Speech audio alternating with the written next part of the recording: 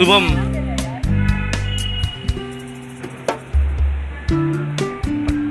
नमस्कार, आप सबका स्वागत है भाई। नमस्कार।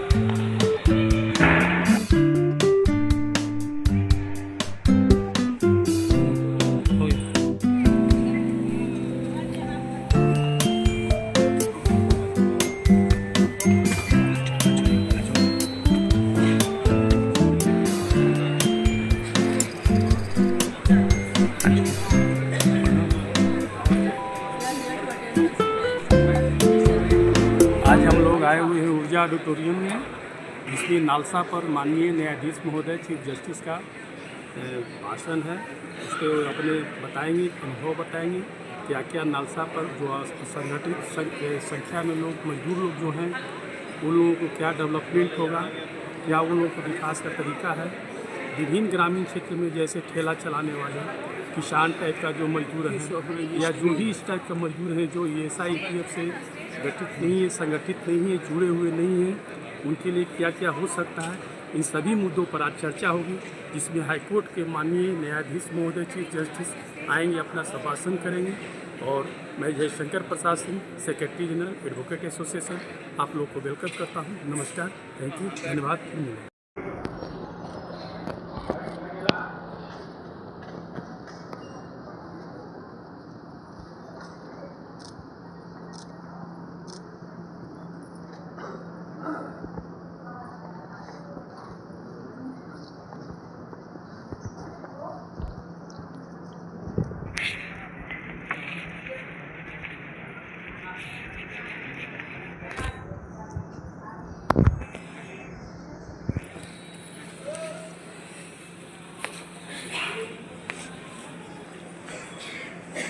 Sir,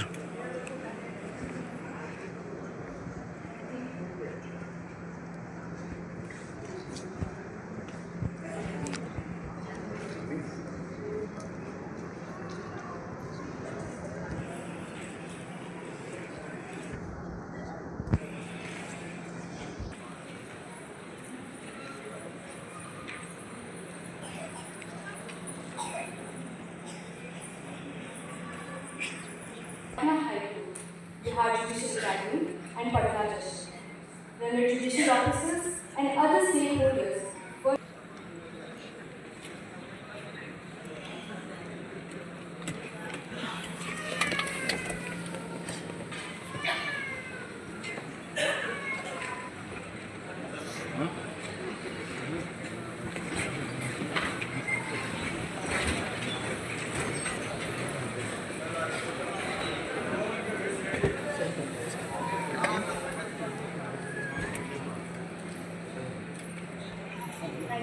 dignitaries.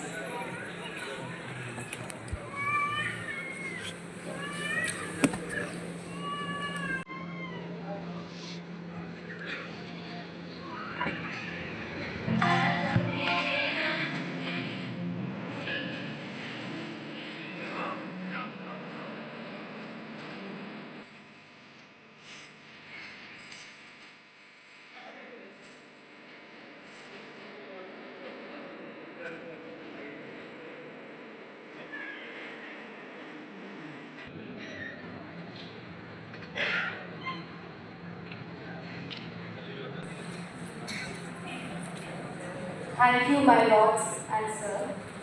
As a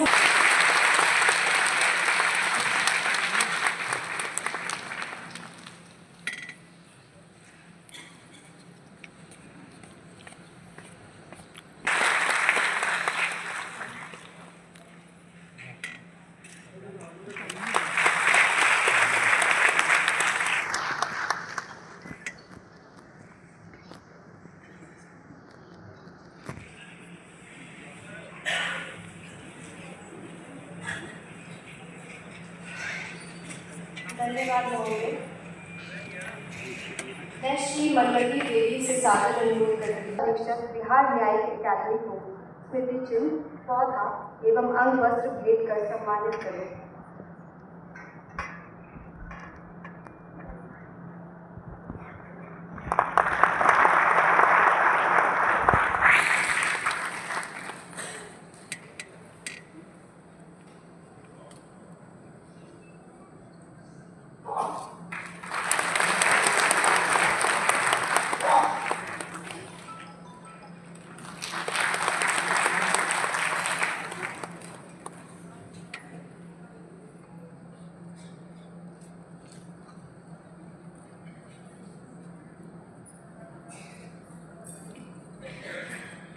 धन्यवाद महोदय।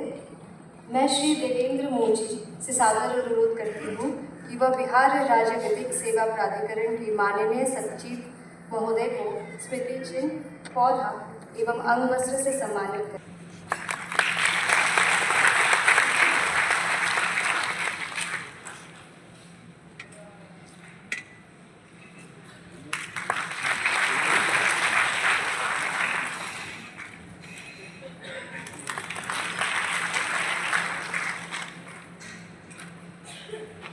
धन्यवाद महोदय। मैं श्री छोटू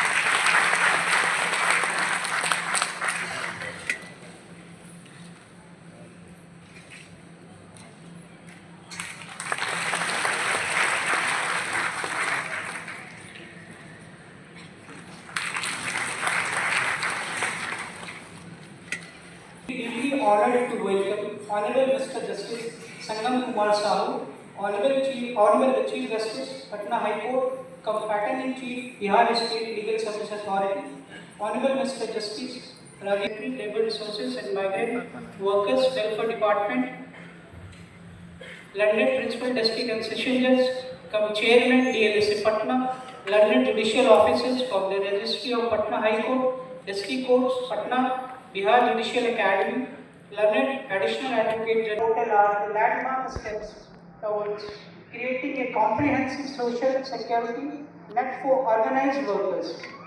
These initiatives ensure pension security, accident insurance, and creation of national database that enables targeted delivery of benefits.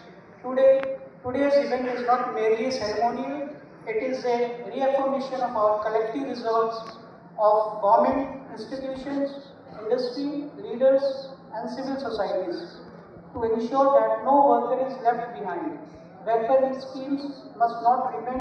न्यायाधीश श्री संगम कुमार साहू जी, माननीय न्यायाधीश श्री राजीव रंजन प्रसाद जी, यहाँ उपस्थित सभी विद्वान न्यायाधीशगण, जिला प्रशासन के पदाधिकारीगण, विकास यहाँ जो सभी आए हैं, मैं उनकी जानकारी के लिए, और चूंकि ये विषय थोड़ा सा मुश्किल है तो संभव है कि बहुत सारे न्यायिक पदाधिकारीगण हमारे श्रम संसाधन विभाग, श्रम संसाधन एवं श्रमिक कल्याण विभाग की योजनाओं के बारे में नहीं जानते होंगे या कम जानते होंगे, तो मैं बहुत संक्षेप में आपकी अनुमति से उन योजनाओं के बारे में बात करना चाहूँगा। जो हमारी योजनाएं हैं वो दरअसल श्रमिकों की सामाजिक सुरक्षा को सुनिश्चित करती है। श्रमिक काम करते हैं और एक तरह से देश की अर्थव्यवस्था में प्रारंभ से ही उनका महत्वपूर्ण योगदान रहा है, चाहे सड़क का निर्माण हो, पुल का निर्माण हो, किसी भी तरह का निर्माण हो या किसी भी तरह की जो ये गतिविधि होती है, आर्थिक गतिविधि, उसमें कहीं ना कहीं श्रम बल का बहुत ही महत्वपूर्ण योगदान रहता है। तो बिहार सरकार माननीय मुख्यमंत्री श्री नीतीश कुमार जी के मार्गदर्शन में श्रम संसाधन विभाग ने कई योजनाएं चलाई हुई हैं जिससे श्रमिकों का कल्याण होता है। उसमें से बहुत ही संक्षेप में मैं आपको 3-4 योजनाओं के बारे में बताना चाहूँगा। पहला है बिहार शताब्दी और संगठित कार्यक्षेत्र कामगार एवं शिल्पकार योजना। इसमें वैसे श्रमिक अगर दुर्घटना में दुर्भाग्यपूर्ण तरीके से उसकी मृत्यु हो जाती है तो उनको बिहार सरकार की ओर से 2 लाख रुपए की सहायता उनके परिजन को दी जाती है। स्वाभाविक मृत्यु की स्थिति में 50,000 रुपए की सहायता उनके परिजनों को दी जाती है। निशक्तता अनुदान, अगर काम करते समय उनका निशक्त हो गए तो उनको भी इसमें 50,000 रुपए की सहायता दी जाती है। चोट के कारण अगर अस्पताल में भर्ती होते हैं तो 10,000 रुपए उनको एक मुफ्त सहायता दी जाती है। असाध्य रोगों के उपचार हेतु हम लोग 60,000 रुपए तक का अनुदान उनको देते हैं। छात्रवृत्ति योजना भी एक बहुत महत्वपूर्ण योजना है। इसको मैं चाहूँगा कि जो श्रमिक भाइयों जरूर सुने। जो अगर आपके बच्चे 11वीं या 12वीं में पढ़ाई कर रहे हैं तो उन बच्चों को प्रति वर्ष 2,500 रुपया दिया जाता है, और ITI में जो बच्चे पढ़ रहे हैं उनको 5,000 रुपया, पॉलिटेक्निक में जो बच्चे पढ़ रहे हैं उनको 10,000 रुपया वार्षिक सहायता एक्स्ट्रा देते हैं। तो इस तरह की और भी कई योजना है। बिहार प्रवासी मजदूर दुर्घटना अनुदान योजना है, बिहार भवन एवं अन्य सन्निर्माण कर्मचारी कल्याण बोर्ड की योजना है। तो आज अभी जो फोल्डर दिया गया है उसमें हमने वो सारा हैंडबिल वगैरह रखा हुआ है, और विभाग के वेबसाइट से भी आप इसकी जानकारी प्राप्त कर सकते हैं। तो कुल मिला के यह है कि जो श्रम संसाधन विभाग है माननीय मुख्यमंत्री जी के निर्देश पर श्रमिकों के कल्याण के लिए काम कर रहा है। अंत में मैं पुनः लीगल अवेयरनेस प्रोग्राम के संचालन के लिए और पवन कुमार पांडे जी को मैं धन्यवाद देता हूँ। उन्होंने मुझे अलग से आमंत्रित भी किया था, इस कार्यक्रम के बारे में बताया था, मैं उनको विशेष रूप से धन्यवाद देता हूँ। और इस कार्यक्रम के पूरी संयोजन के लिए मैं पुनः एक बार माननीय मुख्याधीश महोदय श्री संगम कुमार साहू जी को धन्यवाद देता हूँ। विधि जागरूकता कार्यक्रम खासकर उन श्रमिक बंधुओं के लिए किया गया है जो असंगठित क्षेत्र में कार्यरत हैं। हमारे Bihar state legal service authority के द्वारा एक बहुत अच्छा कार्यक्रम किया गया है, जिसमें हम ये समय उन श्रमिकों को डिवोट कर रहे हैं जो आज भी ऑर्गेनाइज क्षेत्र में नहीं है। उनके ऊपर शायद हम लोगों का सबसे कम ध्यान है। वे ऑर्गेनाइज क्षेत्र में अगर होते तो शायद उन्हें कुछ ज़्यादा पता होता सिस्टम का, लेकिन जो अनऑर्गेनाइज क्षेत्र में रह रहे हैं, दूर दराज के क्षेत्रों में हैं, गाँव में रहते हैं, उन्हें शायद यह भी पता नहीं कि उनके क्या अधिकार हैं और उस अधिकार की प्राप्ति के लिए वो कहाँ तक हमसे सहायता प्राप्त कर सकते हैं। तो एक अच्छी पहल है। मैं थोड़ा ब्रीफली सिर्फ ये बताना चाहूँगा संक्षेप में, ये चूँकि कार्यक्रम हमारे श्रमिक भाइयों बंधुओं के लिए है, बहनों के लिए है, तो मैं ज़्यादातर उनकी ओर ही मुखातिब होकर बोलूँगा कि उनके क्या अधिकार हैं जो उन्हें समझने चाहिए। और हमारे जो नेशनल लेवल अथॉरिटी है स्टेट लीगल सर्विसेज के साथ हम उनसे मिल करके काम करते हैं, उनके गाइडलाइंस में काम करते हैं। तो हमारे पास कई ऐसे स्कीम्स हैं जिसके द्वारा उनको बदल कर करके एक कंसोलिडेटेड उन्होंने कोड लाया, लेबर कोड। उस लेबर कोड के अंदर आपकी जो न्यूनतम मजदूरी है और वो न्यूनतम मजदूरी की कैसे गारंटी हो सकती है उसका प्रावधान किया गया है। उसके साथ साथ यह भी प्रावधान किया गया है कि जो उद्योग हैं और जो मजदूर हैं, दोनों के इंटरेस्ट, दोनों के हितों को कैसे बराबर पर रख करके आगे औद्योगिकरण किया जा सकता है और साथ साथ जो हमारे वर्कर्स हैं उनको भी रोजगार दिया जा सकता है। इसके साथ ही आपके जो श्रम करने के क्रम में जो भी आपकी सुरक्षा का ख्याल रखना होता है, उसके विषय में भी इंश्योरेंस की व्यवस्था, पेंशन स्कीम्स आदि की बातें उसमें कही गई हैं। आपके स्वास्थ्य संबंधी भी बातों का ध्यान रखा गया है और इसके विषय में भी कई बातें आई हैं कि कैसे आपके जो कार्यस्थल पर जो कंडीशंस हैं, जो वातावरण है, उसको कैसे कंड्यूसिव बनाया जाए, मतलब ऐसा बनाया जाए जिससे कि आप वहाँ पर आसानी से काम कर सकें और आपको कोई तकलीफ न उठाना पड़े। पहले हमारे यहाँ 29 अलग अलग सेंट्रल लेजिस्लेशन थे, तो बहुत सी चीज़ों को अलग अलग पढ़ने की जरूरत होती थी। अभी अगर आपको किसी भी चीज़ की जरूरत है, हमारे Bihar state legal service authority में और नेशनल लेवल पर न्याय बंधु ऐप है। आप उस न्याय बंधु ऐप पर जाकर के भी वकील जो हैं वहाँ इम्पैनल हैं, उनकी आप सहायता ले सकते हैं, तो उसका भी आप इस्तेमाल करें। और वैसे तो कई स्कीम्स हैं हमारे पास। स्टेट लीगल सर्विसेज ने जागृति स्कीम भी चला रखा है, इसमें हम लीगल अवेयरनेस की बात करते हैं। और ये आज की तारीख में मैं बताना चाहता हूँ आप लोगों को कि ये कोई दर्शन शास्त्र की बात नहीं रह गई है, कोई ये फिलैंथ्रोपिक बात नहीं रह गई कि हम कुछ उपकार करेंगे, कुछ आपको मदद कर करके हम अपनी वाहवाही लूटेंगे और हमें अगले जन्म में बड़ा पुण्य प्राप्त होगा। ऐसी कोई बात नहीं है। आज जो आपके अधिकार हैं वो एक संवैधानिक ढांचे के अंदर उसको माना गया है, रिकॉग्नाइज किया गया है। लॉन्ग बैक आप जानते हैं 1976 में संविधान के अंदर 42वां संशोधन लाया गया और वो 42वें संशोधन के द्वारा आर्टिकल 39A वहां जोड़ा गया और उसके साथ साथ कई ऐसे प्रावधान लाए गए जो कि आपके इन अधिकारों को रिकॉग्नाइज करता है और ये कहता है कि साहब इन अधिकारों की रक्षा के लिए कानून बनाया जाएगा। और वही आर्टिकल 39A प्रोवाइड करता है आपको equal justice and free legal aid. तो आपको जो मुफ्त कानूनी सलाह देने की बात हो रही है वो आपका संवैधानिक अधिकार हो गया है, इसलिए अपने इस संवैधानिक अधिकार का आप उपयोग करें।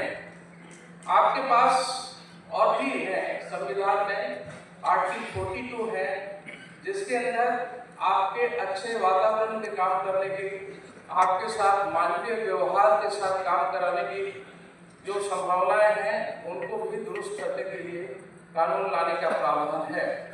और एक और इम्पोर्टेंट चीज है, बहुत महत्वपूर्ण चीजें हैं। आज हम मिनिमम वेजेस से उठ करके लिविंग वेजेस की ओर जा रहे हैं। आप जानते हो कि minimum wages, living wages, fair wages का क्या कंसेप्ट है, शायद हमारे श्रमिक भाई नहीं जानते होंगे, लेकिन मिनिमम वेजेस और फेयर वेजेस से ऊपर उठ करके कहीं लिविंग वेजेस की बात कही गई है संविधान के अंदर, ये आर्टिकल 43 है। तो लिविंग वेजेस तो उसे भी आप ला सकते हैं, क्लेम कर सकते हैं, जिसे आगे हमारे संवैधानिक करें। आज हर तालुका में, हर जिले में हमारे पास पैरालीगल वॉलंटियर्स हैं। हमारे जिला विधिक संघ जो है, district level legal services authority जो है, उनके सचिव ये इंश्योर करते हैं कि उस तरह की कोई भी व्यक्ति अगर उनके पास आते हैं तो उनकी समस्याओं का वो समाधान करें। तो हमारे ख्याल से ये बहुत सी चीजें हैं, आपको बहुत साधारण प्रक्रिया करने की जरूरत है। एक छोटा सा एप्लीकेशन लगाना है आधार कार्ड के साथ और उसके द्वारा आप अपने सहायता मांग सकते हैं यहाँ हमारे संस्था से। तो ये सब बातें जो है इसे आप ध्यान में रखें और आने वाले समय में जब कहीं जरूरत हो तो इसका आप उपयोग करें। धन्यवाद। जय हिंद, जय भारत। इन श्रमिकों को सामाजिक सुरक्षा के दायरे में लाना सरकार के लिए एक प्रमुख प्राथमिकता एवं चुनौती रही है। श्रम विभाग 3 प्रमुख योजनाओं के माध्यम से इस चुनौती को निपटने के लिए निरंतर प्रयास कर रही है। यह योजना है बिहार शताब्दी असंगठित कार्य क्षेत्र कामगार एवं शिल्पकार सामाजिक सुरक्षा योजना, बिहार राज्य प्रवासी मजदूर दुर्घटना अनुदान योजना, बिहार भवन एवं अन्य सनिर्माण कर्मकार कल्याण बोर्ड द्वारा संचालित योजनाएं। हमारी जो पहली योजना है बिहार शताब्दी असंगठित कार्य क्षेत्र कामगार एवं शिल्पकार सामाजिक सुरक्षा योजना, यह बिहार राज्य के अंदर असंगठित क्षेत्र में कार्यरत कामगारों एवं शिल्पकारों को उनकी स्वाभाविक मृत्यु अथवा दुर्घटना मृत्यु की दशा में इनके आश्रितों को दुर्घटना के फलस्वरूप पूर्ण तथा आंशिक निशक्तता, दुर्घटना में चोट लगने के कारण अस्पताल में के फलस्वरूप लगी हुई चोट की स्थिति में 10,000, असाध्य रोगों के लिए चिकित्सा सहायता हेतु 15,000 से 60,000 के बीच की राशि दी जाती है। असंगठित कामगारों शिल्पकारों की संतानों को 10th और 12th में अध्ययनरत होने पर 2,500 रुपये प्रति वर्ष, ITI में अध्ययनरत होने पर 5,000 रुपये प्रति वर्ष एवं पॉलिटेक्निक में अध्ययनरत छात्रों को 10,000 रुपये प्रति वर्ष देने का प्रावधान किया गया है। इस योजना की जमीनी तौर पर इम्प्लीमेंटेशन श्रम प्रवर्तन पदाधिकारियों द्वारा प्रखंड स्तर पर किया जाता है। असंगठित कामगारों द्वारा श्रम प्रवर्तन पदाधिकारी अथवा श्रम अधीक्षक के समक्ष आवेदन दिया जाता है। श्रम प्रवर्तन पदाधिकारी द्वारा आवेदकों की स्थलीय जांच की जाती है एवं आवेदन को श्रम अधीक्षक के समक्ष अग्रसारित कर दिया जाता है।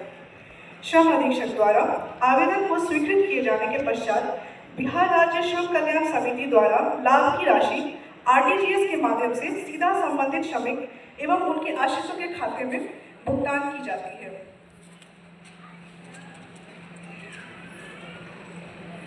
हमारी दूसरी प्रमुख योजना बिहार राज्य प्रवासी मजदूर दुर्घटना अनुदान योजना है।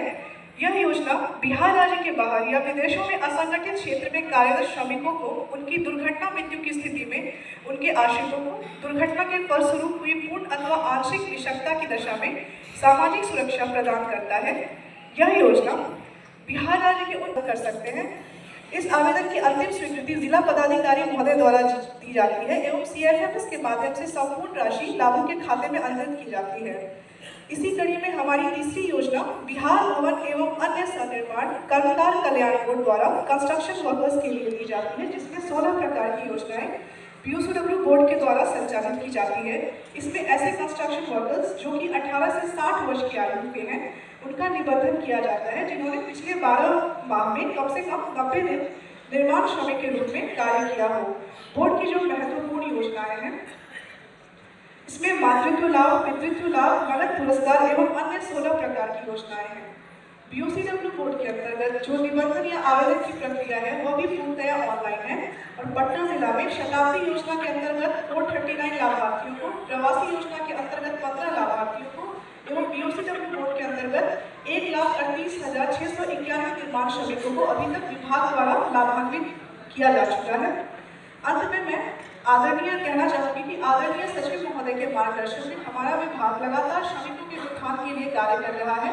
आशा है कि हम अधिक से अधिक असंगठित क्षेत्र के श्रमिकों को सामाजिक सुरक्षा प्रदान करने की दिशा में और भी तीव्र गति से कार्य करेंगे। मैं श्रमिकों की जागरूकता हेतु इस विशेष कार्यक्रम का आयोजन और इस कार्यक्रम में श्रम विभाग को आमंत्रित करने हेतु बिहार राज्य विधिक सेवा प्राधिकरण का भी आभार प्रकट करना चाहूंगी। अब अनुरोध होगा कि जो कंस्ट्रक्शन वर्कर्स से रिलेटेड वीडियो है उनको कृपया डिस्प्ले करने की कृपा की जाए। Administrative initiatives and the tireless efforts the department takes towards the prevention of unorganized workforce. And now, with great honor and reverence, I have the privilege of inviting my lord, Honorable Mr. Justice Sangam Kumar Sahu, Honorable Chief Justice, Patna High Court, Compatron-in-Chief, Bihar State Legal Services Authority, to kindly bless us with his lordship's address.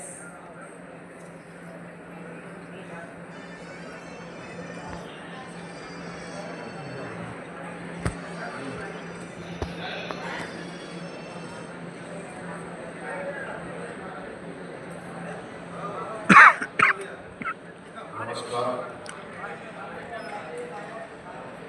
Good morning, Mr. Justice Rajiv Ranjan Prasad ji, Judge Patna High Court, JD2, Chairperson Bihar Judicial Academy, Sri Deepak Anand, Secretary Labour Resources and Migrant Workers Welfare Department, Government of Bihar, Sri Pawan Kumar Pandey, Member Secretary, Bihar State Legal Services Authority, on the dais, Honorable Judges and their spouses of the dais, Mr. Anjani Kumar, Learned Additional Advocate General, Mr. Ramakant Sharma, Chairman Bihar State Bar Council, Learned President, Secretary and other members of Advocate Association, Bar Association and Lords Association of Patna High Court, Secretaries of concerned department, and judicial officers, members of print and electronic media, राष्ट्रीय विधिक सेवा प्राधिकरण scheme के तहत उपस्थित असंगठित क्षेत्रों के श्रमिकों, कामगारों और लाभार्थियों, लेडीज एंड जेंटलमैन, इस जो सभा की आयोजन के लिए जब मेरे को कहा गया तो मैं सोच रही थी कि अंग्रेजी में कहूँ। फिर मैंने सोचा कि जो वहाँ उपस्थित होंगे तो उनमें अधिकतर ऐसे होंगे जिनको अंग्रेजी शायद समझ में ना हो, तो इसीलिए मैंने हिंदी में कहने की कोशिश कर रहा हूँ। और लेकिन इस बीच 1.5 महीने में मैं काफ़ी कुछ हिंदी सीख गया हूँ, तो शायद कहने में भी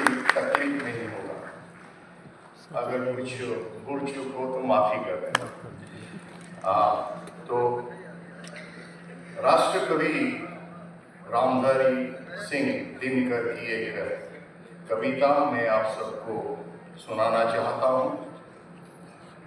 मैं मजदूर, मुझे देवों की बस्ती से क्या, मैं मजदूर, मुझे देवों की बस्ती से क्या, अगणित बार धरा पर मैंने स्वर्ग बनाए। अंबर में जितने तारे उतने वर्षों से मेरे पुरखों ने धरती का रूप संवारा। धरती को सुंदरतम करने की ममता में बिता चुका है कई पीढ़ियां वंश हमारा, और आगे आने वाले सदियों में मेरे वंशज धरती का उद्धार करेंगे। इसी प्यासी धरती के हित में ही लाया था हिमगिरी चिर सुखद गंगा की निर्मल धारा। मैंने रेगिस्तानों की रेती धो धो कर बंध्या धरती पर भी स्वर्णिम पुष्प खिलाए। मैं मजदूर, मुझे देवों की बस्ती से क्या, मैं मजदूर, मुझे देवों की बस्ती से। हम सब यहाँ नालसा असंगठित क्षेत्र के श्रमिकों के लिए विधिक सेवा योजना 2015 के बारे में बातें करने के लिए एकत्रित हुए हैं।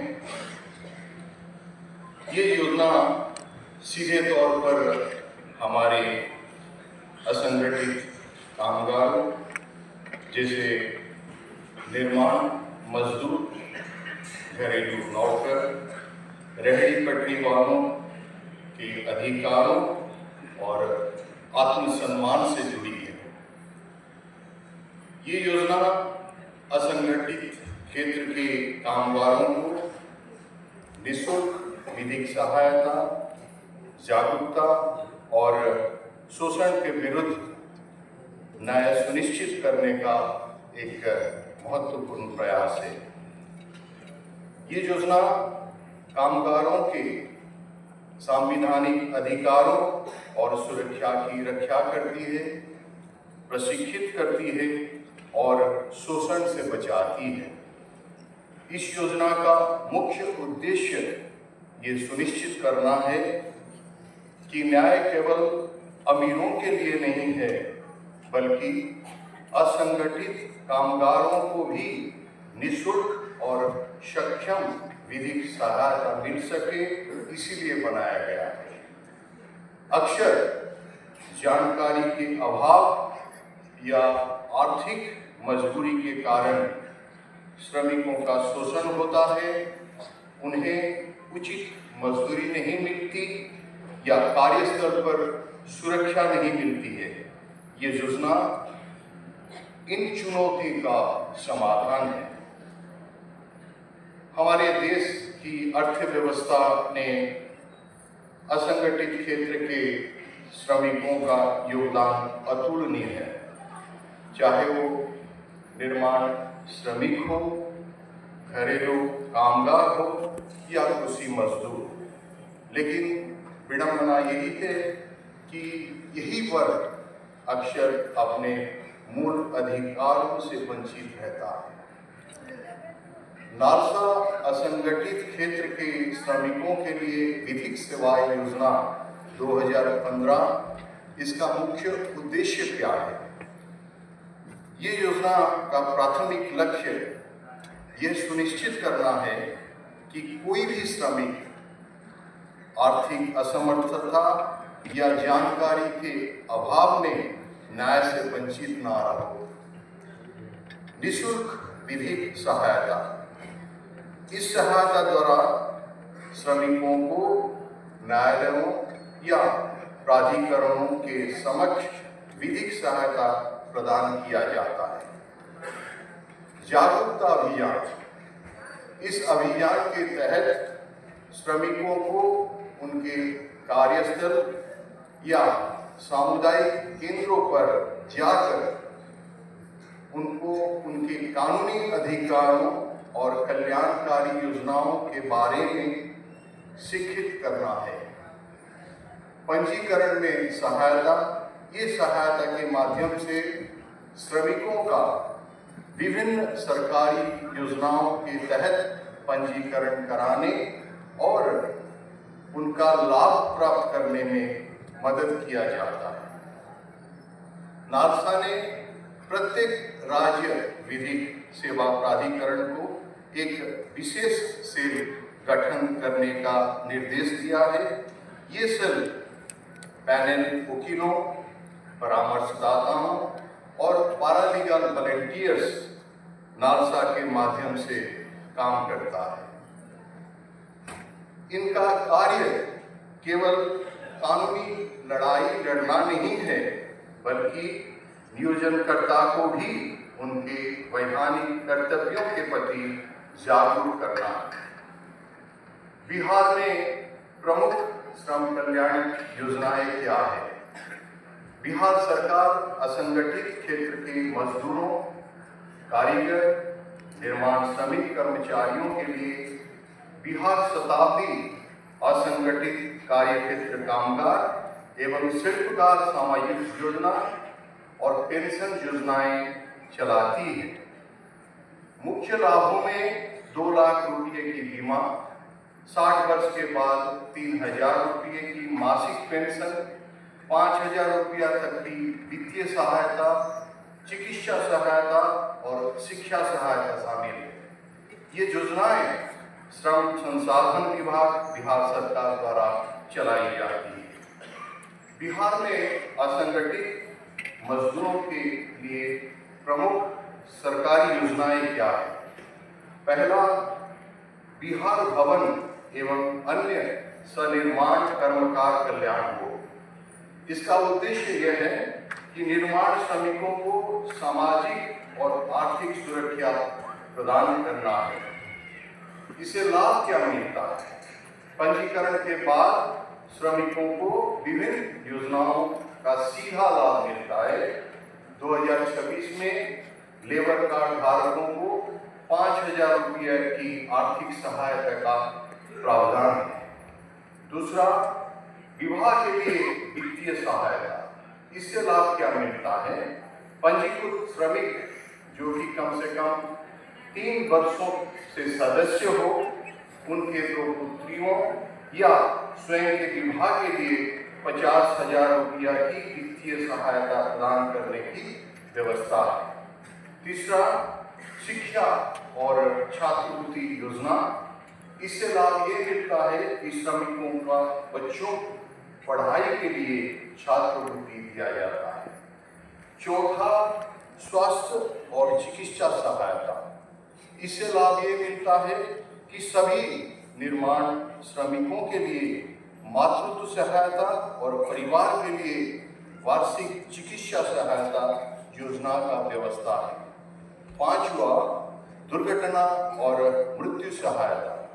इससे लाभ ये मिलता है कि कार्यस्थल पर दुर्घटना में मृत्यु होने पर 4 लाख रुपया की मुआवजा देने की व्यवस्था है। छठा, वार्षिक वस्त्र सहायता योजना। इससे लाभ ये मिलता है कि निर्माण मजदूरों को वर्दी वस्त्र खरीदने के लिए प्रति वर्ष सहायता राशि 5000 रुपया देने की व्यवस्था है। सातवां, औजार उपकरण खरीद सहायता। इससे लाभ ये मिलता है कि काम के लिए आवश्यक उपकरण खरीदने पर 15,000 रुपये तक की सहायता देने की व्यवस्था है। आठवां, ई श्रम कोटा। इससे लाभ ये मिलता है कि असंगठित श्रमिकों जिनकी आयु 16 से 59 वर्ष की है, उनकी दुर्घटना पर मृत्यु होने पर 2 लाख रुपये की बीमा राशि श्रम एवं रोजगार मंत्रालय भारत सरकार द्वारा दी जाती है। 9वां, बिहार शताब्दी असंगठित कार्य क्षेत्र कामगार एवं शिल्पकार सामाजिक सुरक्षा योजना। इससे लाभ ये मिलता है कि असंगठित कामगारों 18 से 65 वर्ष की श्रमिकों को वित्तीय सुरक्षा प्रदान करती है। इसमें आकस्मिक मृत्यु पर 2 लाख रुपए, स्थायी विकलांगता पर 1 लाख रुपए और आंशिक विकलांगता पर 50,000 रुपये की सहायता दी जाती है। न्याय केवल अदालतों तक सीमित नहीं रहना चाहिए। बल्कि इसे समाज के अंतिम पंक्ति पर खड़े व्यक्ति तक पहुंचना चाहिए। ये योजना श्रमिकों को शोषण से बचाती है और उन्हें एक सम्मानित जीवन देने की दिशा में एक सशक्त कदम है। आज श्रम विभाग बिहार सरकार के द्वारा विभिन्न योजनाओं के तहत चिन्हित किए गए व्यक्ति विशेष को यहाँ बुलाया गया है, जिनको आज इस योजना के तहत वित्तीय सहायता प्रदान किया जाएगा। मुझे ऐसा बताया गया है कि इस तरह की कार्यक्रम पटना उच्च न्यायालय के संरक्षण में बालसा द्वारा प्रथम बार किया जा रहा है। ये जानकर मुझे बेहद खुशी हो रही है। इस कार्यक्रम के आयोजन के लिए बिहार सरकार की भूमिका को लेकर धन्यवाद देता हूं और आशा रखता हूं कि बालसा द्वारा साल भर के लिए बनाए गए अन्य कार्यक्रमों के आयोजन के लिए बिहार सरकार का सहयोग मिलता रहेगा। इस तरह के कार्यक्रम समाज को एक सकारात्मक संदेश प्रदान करता है। बिहार राज्य में अन्य जगहों पर जहां इस तरह के मजदूर हैं, उन्हें भी इन योजनाओं के लाभ मिलना चाहिए। सरकारी योजनाओं को पाने की जो हकदार है, उन्हें अपना हक मिले और न्याय व्यवस्था सुदृढ़ हो और हमारा बिहार राज्य इस तरह के कार्यक्रम को करने में उदाहरण सृष्टि करे, जिससे दूसरे राज्यों को मार्गदर्शन मिलता रहे। मुझे अभी हमारा जो यहाँ पर मंच में उपस्थित दीपक आनंद जी है, secretary labour resources and migrant workers welfare department government of Bihar, उन्होंने कहा कि ये जो सारे स्कीम जो मैंने आपको कहा दूसरे स्कीम की है, इसे 20 लाख जो मजदूर है उनके खाते में 1500 करोड़ रुपया चला गया है इस बीच में। कितनी बड़ी बात है।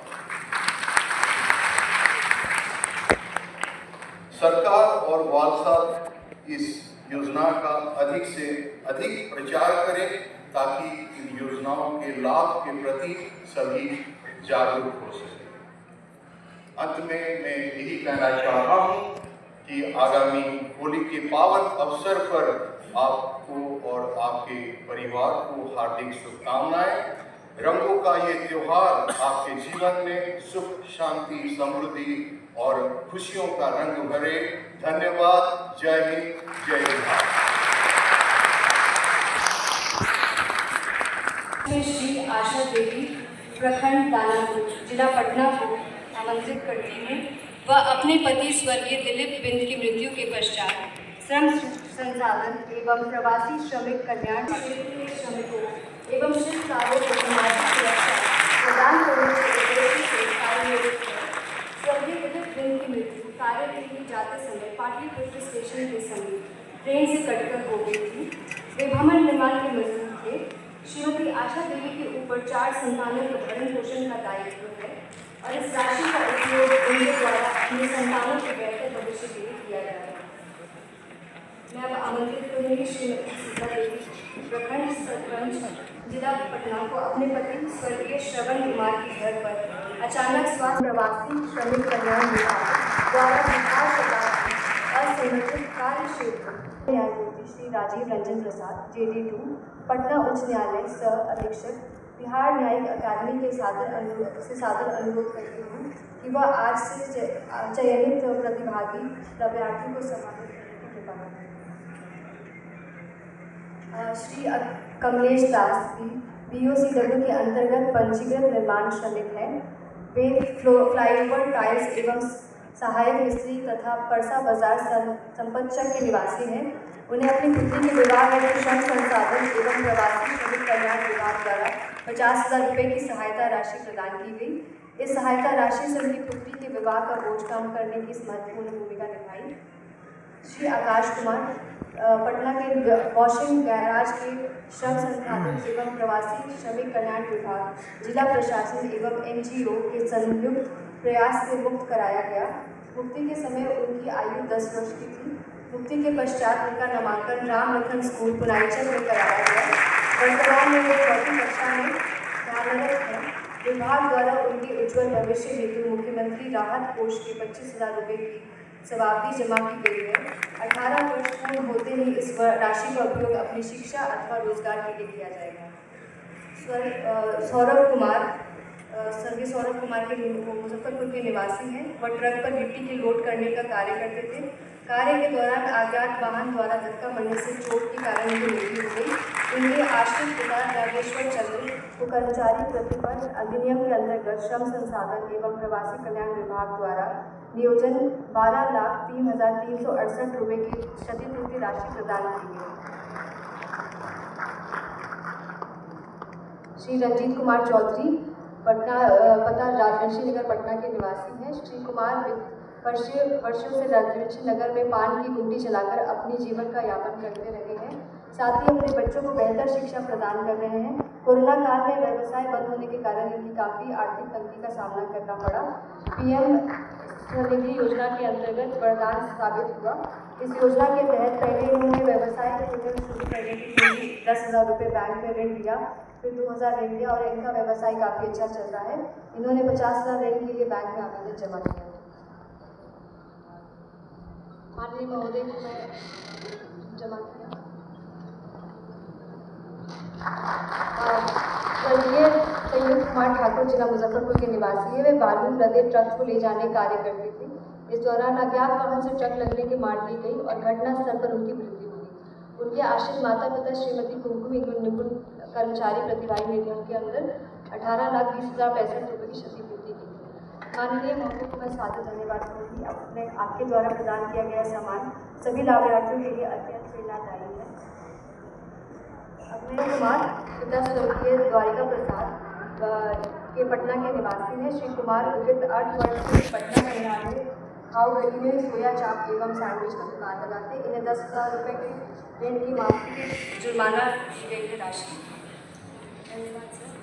मैं आमंत्रित करना चाहूँगी माननीय सचिव आयुष्मान भारत प्रधानमंत्री जन आरोग्य योजना एवं मुख्यमंत्री जन आरोग्य योजना के तहत प्रतिवर्ष 5 लाख रुपये का निःशुल्क स्वास्थ्य सेवा सुश्री पिंकी कुमारी एकमात्र ग्रामीण छात्रा है। इन्हें 5 लाख रुपये तक का स्वास्थ्य कार्ड बनाने से सम्मानित किया जा रहा है। धन्यवाद महोदय। आपके द्वारा प्रदान किया गया यह सम्मान सभी लाभार्थियों के लिए गर्व एवं प्रेरणा का विषय है।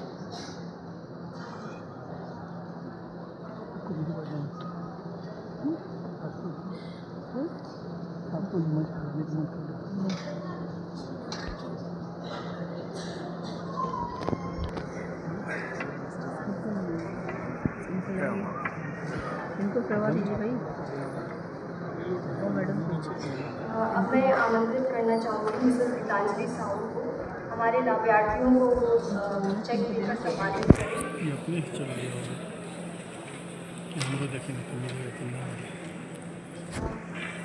श्री पिंकी कुमारी, इसका नाम नहीं होगा।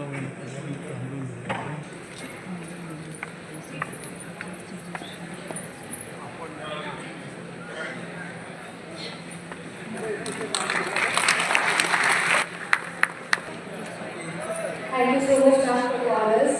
May I now request Mrs. Seema Kumar for the honors.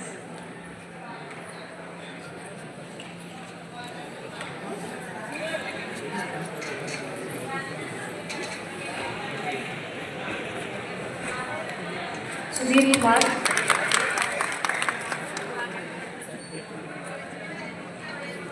Rudra Narayan Pandey,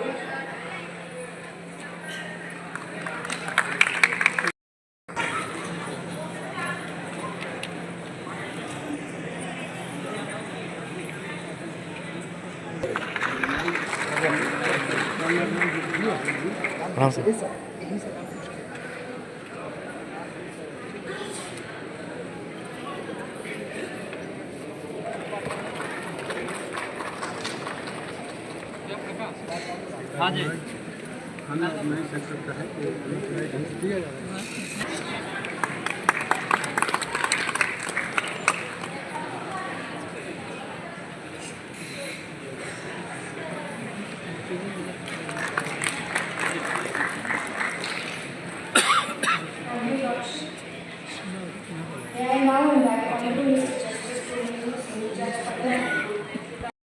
सरकार सोचती है, बिहार की सरकार सोचती है। नालसा ने इस अवेयरनेस प्रोग्राम का आयोजन किया सिर्फ ये बताने के लिए कि जो असंगठित मजदूर हैं उनके अधिकार क्या हैं, कौन सी योजनाएं हैं जिससे वो लाभ प्राप्त करेंगे, वो लाभान्वित होंगे। अब बहुत सारे मजदूर ऐसे भी हैं जो जानकारी के अभाव में उस लाभ को ले नहीं पाते हैं जो उनके लिए उपयुक्त है और जो योजनाओं में शामिल है। इस अवेयरनेस प्रोग्राम से क्या फायदा होने वाला है? इसमें है कि बिहार के चाहे तमाम जो मजदूर जो असंगठित हैं, चाहे ठेला चलाने वाले हों, चाहे कृषि में कार्य करने वाले हों, अभी प्रॉब्लम हो रहा है। उसके लिए सरकार गवर्नमेंट ने चलाया स्कीम कि उसको एकत्रित करना है, संगठित करना है। और जो इसकी हमारे माननीय मुख्य न्यायाधीश महोदय और जजेई ने जो अपना विश्लेषण दिया इस मुद्दे पर, उसको हम लोगों ने सभी ने सुना। तो उसमें है कि जो लोग हमारे ग्रामीण क्षेत्रों में मजदूर हैं जिन्हें सुविधाएं नहीं मिलती है, उसके लिए गवर्नमेंट ने क्या क्या स्कीम दी है। मान लीजिए कि एक्सीडेंटल उनकी डेथ हो जाती है तो 2 लाख रुपए देने का प्रावधान है। यदि फायदा क्या होगा? फायदा इससे होगा कि जो भी क्षेत्र में है असंगठित मजदूर हैं वो यूनाइट होंगे, एकत्रित होंगे, उनका अवेयरनेस होगा, हर लोग जानेंगे कि मेरी क्या क्या ज़रूरत है, उसके अनुसार समय के अनुसार वो मांग करेंगे, अपना मांग के अनुसार उन्हें सुविधा होगा। मैं Jaishankar Prasad Singh, secretary general advocate association हूँ, मैं यहाँ